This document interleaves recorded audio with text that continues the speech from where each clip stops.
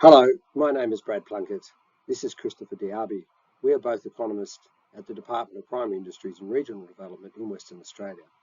We're going to talk today around Cunyu Station, a station in the semi-arid area of Western Australia in the southern rangelands, and its achievement of restoring landscape and generating large profitability.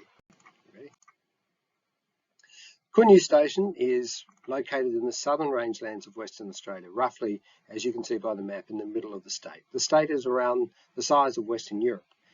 The size of the station, 372,000 hectares, and carried around 2,500 cattle.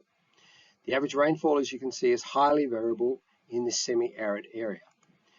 The production system was concentrated on the better land system. So of the 370,000 hectares, 30% of the area drove 60% of that 2,500 cattle production.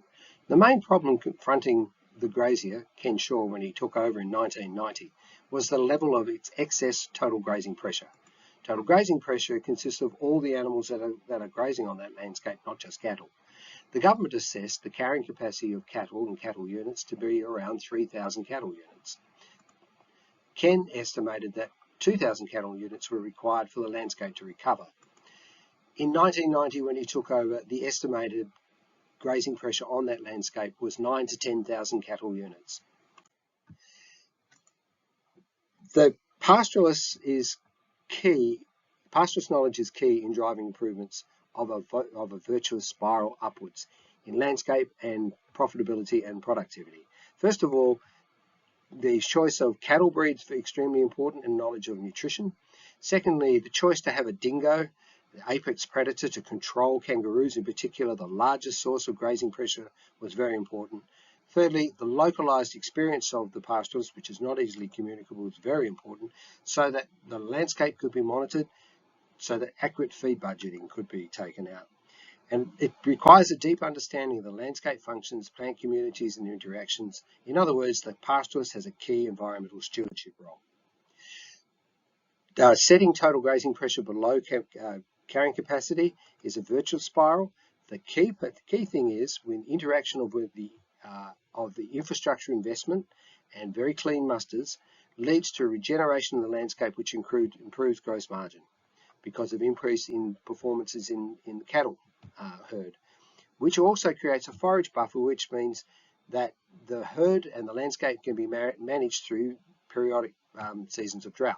That also improves your long-term gross margins. That generates capital for more infrastructure investment, which lowers your overheads, which further improves gross margins, and that provides then capital for rehydration earthworks, which repair erosion on the landscape, which improves your landscape margins, which in turn then improves total grazing carrying capacity.